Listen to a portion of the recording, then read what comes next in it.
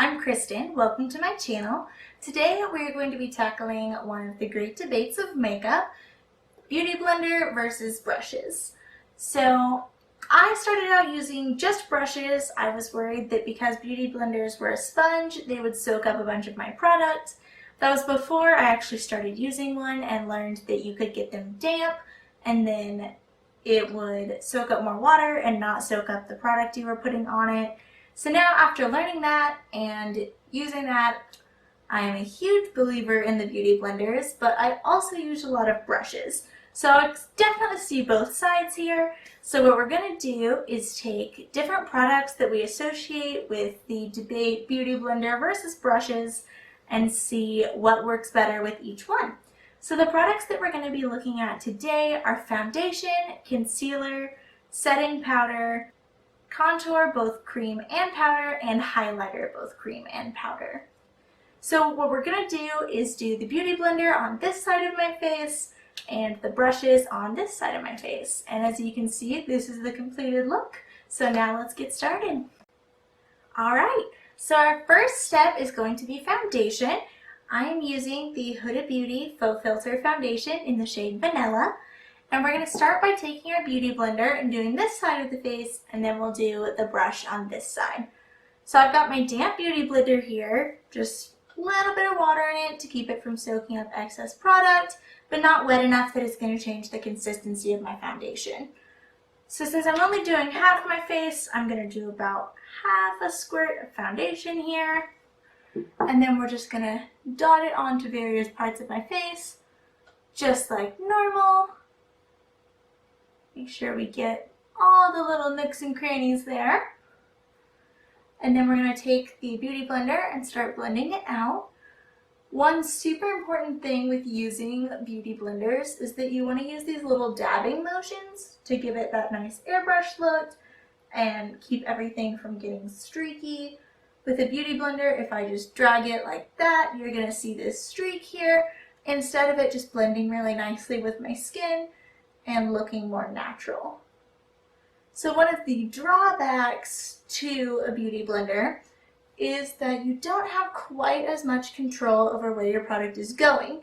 So especially with the eyebrow as a good example, it's really hard to get right up to the eyebrow without having to cover it, without getting any foundation on it, and then you end up having to touch up your brows later, taking you more time and using more product. So that's really the main drawback, but I definitely feel like it gives you a nice, even look here. I definitely think that it gets into the creases very well. You can make sure you get like the sides of the nose, places that can be a little bit hard to reach. And it didn't soak up very much product at all. Not that you could really see that, but I definitely feel like all the product that I put on my face stayed on my face. So now we're going to do the other side using this foundation brush here. And so same thing, we're just going to get about half a pump, put it in the same spots as before, just a couple dots here and there. And then the difference with a brush, obviously you're not going to get a brush damp, that would change the consistency of your product, but you want to do the little tiny strokes so that you're making sure you're not getting those streak marks, but you can't just dab really, depending on your brush. There are some brushes that you can use for a stippling effect, but I'm just using kind of your more general foundation brush today, and just going for kind of the classic brush foundation method. So definitely the thing that I think is better with the brush than the beauty blender is you can definitely get precise. You can go right up against the brow like this, line out where you want it to go, and then you can smooth it out with your little fine lines. I definitely think this takes a little bit longer, so getting that perfect coverage can take a little extra minute. It can be a little bit better about getting in the little fine spaces, but it definitely takes a little more effort to blend it. As you can see, I'm having to go in circles a little bit to make sure I really got everything. So in my personal opinion, this side looks a little bit nicer. I think more of the product actually ended up staying on my face and not getting soaked up by the Beauty Blender as much as it did with the brush. And they both work, but my personal opinion is that for foundation, a Beauty Blender tends to be better. So our next product that we're going to go to here is our concealer, and I'm using a liquid concealer from Mary Kay, and this is the Perfecting Concealer in the shade Light Ivory. So I'm going to start with the Beauty Blender side again, and all I'm going to do right now is just under the eyes. Normally I do a little more concealer, but for the sake of this video, under the eyes will be plenty. Just get a little triangle going there. And then I use the same Beauty Blender for everything, just kind of turn it around, rinse it when I need to. And so I'm going to take the other half of the tip that I didn't use for foundation and just dab that out. I can get right up to the lash line, which is nice. Definitely get that nice even coverage. I think the biggest problem here is that it can tend to cover my bottom lashes, which I like to do my eye makeup first and then my foundation, just a personal preference thing. So if I've already done my mascara, I don't really like that my bottom lashes end up getting covered and then I have to touch them up again. But still, as you can see there, pretty even coverage. It didn't really drag the foundation around, kept everything where it's supposed to be. It's got a nice smooth lip to it. We just have to touch up the bottom lashes. So now we're going to do the exact same thing on the other side. So just get right under the eye, get our little triangle, get a little on my lash there. That's okay, because we can touch it up later. Just for the sake of keeping things even, I'll take a little bit of mascara and just touch that up right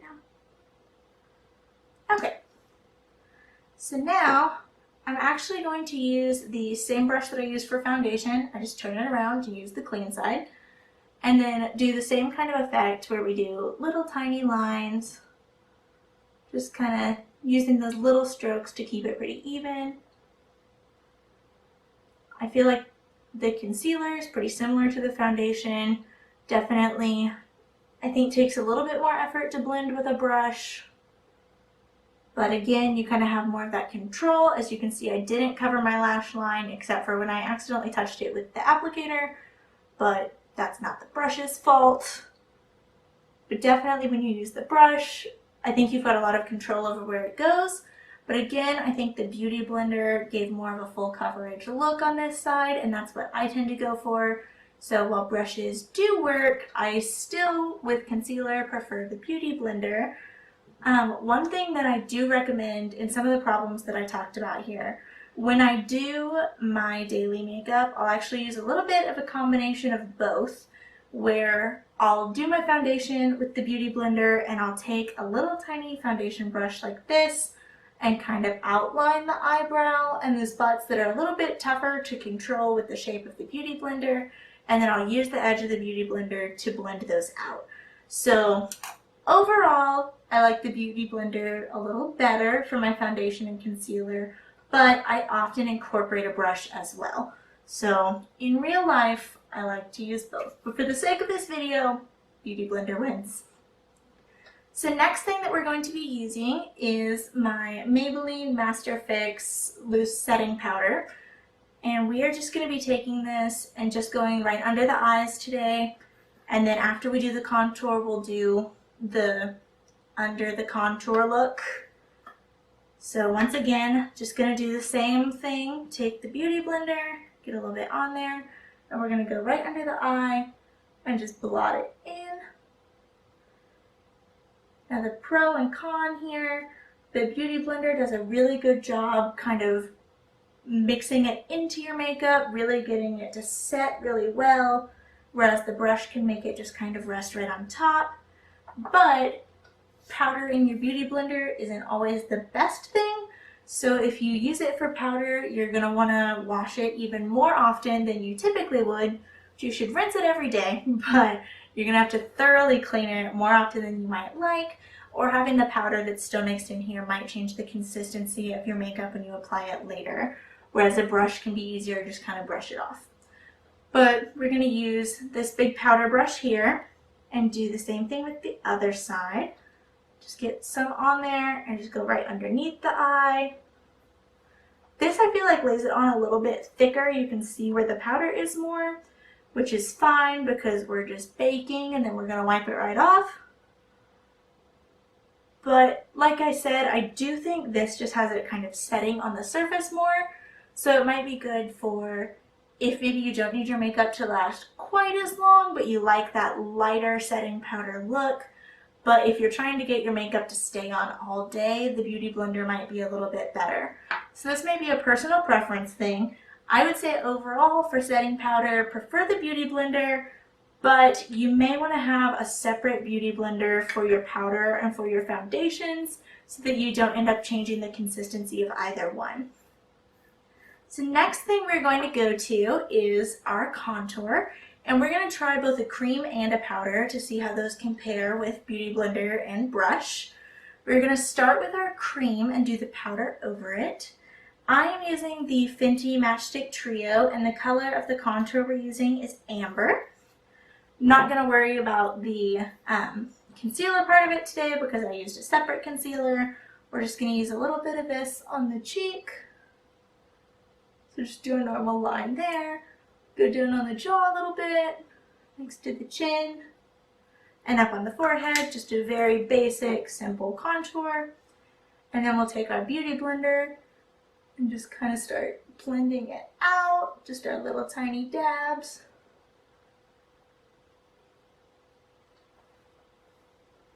I definitely think when you use a Beauty Blender for this, it kind of takes a while. You end up getting a nice blend, but you've got to really stick at it with these little tiny dabs.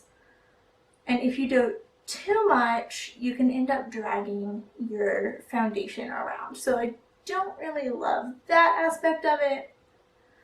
But in the end, you do get a really nice look, so it can be worth it. Just have to be really careful not to drag things around at all. Just blend the forehead there.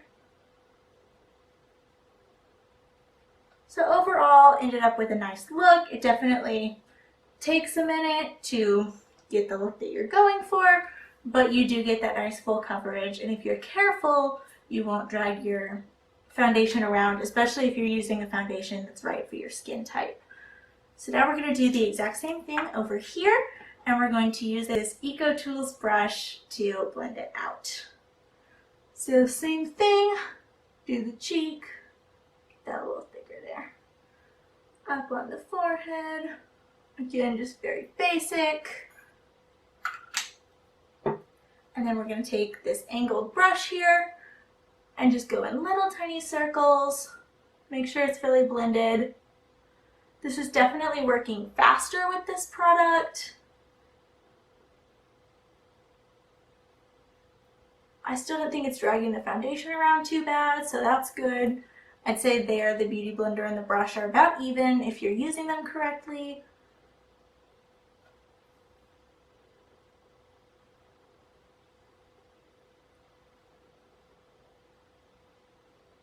So you get about the same look, but I think with the brush you can get it a little bit faster. So with a cream contour like the Fenty, I do prefer a brush to blend it. I really like my brushes for blending out the products that I put over my foundations. So for cream contour, brush wins. So now we're going to try a powdered contour. I've got my Smashbox contour here. And what we're going to do, since we've already done the basic Fenty contour, is we're just going to use the bronzer color and go ahead and go above the cheekbones and kind of see the difference there. So if we use our Beauty Blender, just get a little bit on the side there, and we're just going to kind of dab it above there. I definitely don't think it had the most control over where I was putting it, but it definitely did get a nice, dark, thick look. So if that's what you're going for, that's great. And you can blend out the bottom real nice and smooth. So it really just kind of adds to the contour, of course, like any bronzer would. So definitely not bad.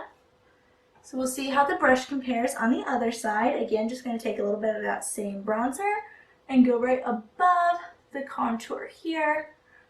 Definitely kind of a similar look, but you've got more control over where it's going.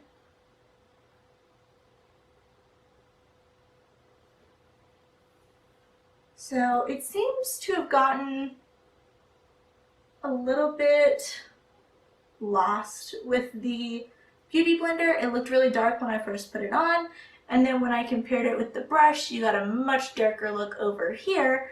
And if you'll notice, there's still product on the Beauty Blender. So when we used a condensed powder product here, unlike the loose setting powder, it seemed to kind of soak it up. So you may end up using more product and it not showing as much on your face. So if you're going for a really subtle look, that could be great for you. But to conserve product, I'd say with a powdered contour, you would want to use the brush. So the last thing that we are going to try is going to be highlight. But before we do that, we're going to go back in again with our setting powder. And we are going to go under the contour. So first we're going to take a brush. I would use a Beauty Blender for the other side, but I'm pretty sure everybody uses a brush for this part. And just wipe off the setting powder that we were using to bake under the eyes. I definitely think, still sticking with my earlier opinion, that the Beauty Blender was better for the setting powder. It definitely kept that highlight over here nicer, whereas on this side it just kind of all wiped right off. We don't want to leave it cakey. We want to get as much of it off as we can, but over here we kind of completely lost the look of it. You can't really tell that we use setting powder as much, whereas over here it doesn't look cakey, but we still have that nice highlight under the eyes. So now we're going to use the Beauty Blender and go right under the contour, kind of bring those highlights back in where we were blending earlier, and then do the same thing over here. And again, you can really just see that the Beauty Blender really packed it on more. It got a nice solid line, and the brush just kind of left it all on the surface, didn't get it as punched in, and so it's not going to result in as dramatic of a highlight. So if you want it really, really soft, you could use the brush, but I recommend the Beauty Blender. So now while we let that set, we're going to switch over to our highlight. And again, we're going to try both a cream and a powder to compare the two there. So what we're going to do is take the cream and kind of go on the lower cheekbone, and then we'll actually take the powder and go above it. Normally I wouldn't do both, but for the sake of this video, we'll try out both types of highlighter. So again, we're going to go back to our Matchstick Trio, and we're using the highlighter Starstruck. So this one, typically if I would use this one, I would use a Beauty Blender, and I would actually put some of the product on the Beauty Blender and then dab it on, because I find that this can drag your product around a little bit. But since I can't do that with a brush, I'm going to go ahead and just drag it on both sides for the sake of keeping everything even. So we're going to drag it kind of on the lower cheekbone part and then blend it out. This is a very light highlight, very subtle. I'm sure it's buildable if you wanted to add more, but since it can drag your makeup around, I like to just do one swipe with it. Definitely blended it well, no problems there. So that's nice. So we're going to do the same thing over here. And then I actually like to just kind of shake off my powder brush and then kind of hold it at the bristles to where it has a little bit of a fan brush effect, but more bristles than a fan brush, because fan brushes are great in theory, but I don't think they actually end up blending product that well, even when you're just trying to use it for a little bit of highlight. So we're going to try this powder brush and blend it out. Yeah, definitely harder to blend with the brush. It ends up looking about the same, so I don't think it's a huge deal. But I think the Beauty Blender kind of helped it stay in place a little better. Part of that might be because the setting powder set here more. But in general, I'd say with the cream highlighter, using the Beauty Blender is better. So The last product that we're going to be using today is a powdered highlighter. This is the Becca highlighter in the shade Opal. The label's kind of rubbed off here, but it's a Becca highlighter. As you can see, it's a little bit broken, but I'm too afraid to do that life hack where you smush it with a fork and then pour rubbing alcohol in it and let it dry, because I'm the one person in the world that it wouldn't work for, so it's just gonna stay broken. So just like before, we're going to take the Beauty Blender and do this side of the face. So we're going to dip that in our highlighter and do this upper cheek here.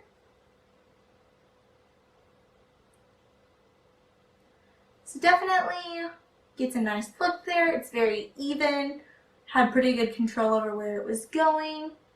Don't know that it's the brightest highlight, but if you're like me and you like a subtle highlight, this is perfectly fine. And then on the other side, we're going to use the same brush as before. Use the same technique where we hold it a little bit like a fan brush. Dip it in there. Get this upper cheek. So once again, good control over where it's going. This definitely gives us a much brighter highlight than the other side. So with the same amount of product, you're getting much brighter highlight. So I would recommend the brush here because you're pretty much getting the same look, but you're going to end up using less product, making your highlighter last longer. You can't really argue with that. So with powdered highlighter, I would definitely say use a brush, but either one worked pretty well. The Beauty Blender just soaked up a little bit of product, whereas the brush put it all onto my skin. So as you can see, the Beauty Blender and the brushes were pretty tied, in my opinion. Different things work better with different products and with different people. So I would recommend getting a Beauty Blender and a brush, trying them out with your own products, and seeing what really works best for you and fits well into your makeup routine. I do my foundation, my concealer, my setting powder with a Beauty Blender, and then I do a lot of my other products with brushes. So it's really about finding what you like and what you feel like works good with your skin type and with the look that you're going for. So those are my recommendations, and I hope that you're able to figure out your own. If you have any questions, feel free to let me know in the comments. Thank you for watching this video today. I really hope that you liked it. If you did, please don't forget to like and subscribe.